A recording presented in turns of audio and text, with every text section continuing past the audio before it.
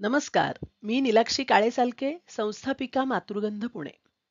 मुलांनो, आपण ऐकतोय अरण्य ऋषी पद्मश्री मारुती चितमपल्ली लिखित जंगलाची दुनिया. वळूया निसर्ग वाचनाकडे. समर्थ रामदासांनी म्हटले आहे, दास डोंगरी राहतो, यात्रा देवाची पाहतो. समर्थ रामदास नेहमी डोंगरात राहत. नित्य नूतन प्रदेशात फिरत.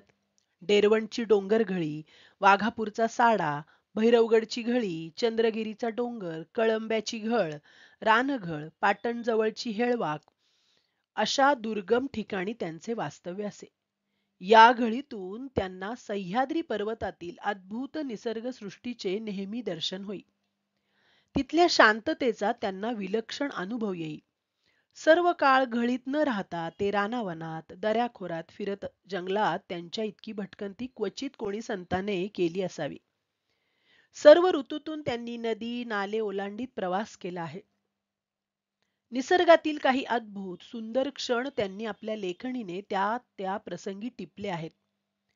निसर्गातील क्षण ते पाहता क्षणीच टिपायचे असतात, नाहीतर संत ज्ञानेश्वरांनी म्हटल्याप्रमाणे ते मनातून निसटून जातात आणि पुढच्या क्षणी त्यांचे वेगळेच रूप अनुभवाला येते. त्यांनी या अनुभवाचे अप्रतिम वर्णन केले आहे. मागिलिये क्षणीची अंगे, पारुसी म्हणून या वेगे, दृष्टी सांडून रिगे नवे या रूपा. अगदी आदल्या क्षणाचे रूप शिळे झाले ते टाकायचे, नवे धारण करायचे. तेही बदलायला क्षणार्ध काही लागायचं नाही. पुन्हा नवे, पुन्हा नवे. म्हणून समर्थ झोळीत कागद, दौत व लेखणी घेऊन फिरत असत. जो लेखणी सहित कागद दौती वाहे, तो सद्गुण उदंड जयात आहे. हस्ती तयासी मिरवी, फिरवी विनोदे, श्री रामदास गुरु तो नमीला प्रमोदे. असे रघुनाथ पंडितांनी समर्थांविषयी लिहून ठेवले आहे. ज्यावेळी जशी स्फूर्ती होईल तशी स्फुट कविता ते लिहित असत.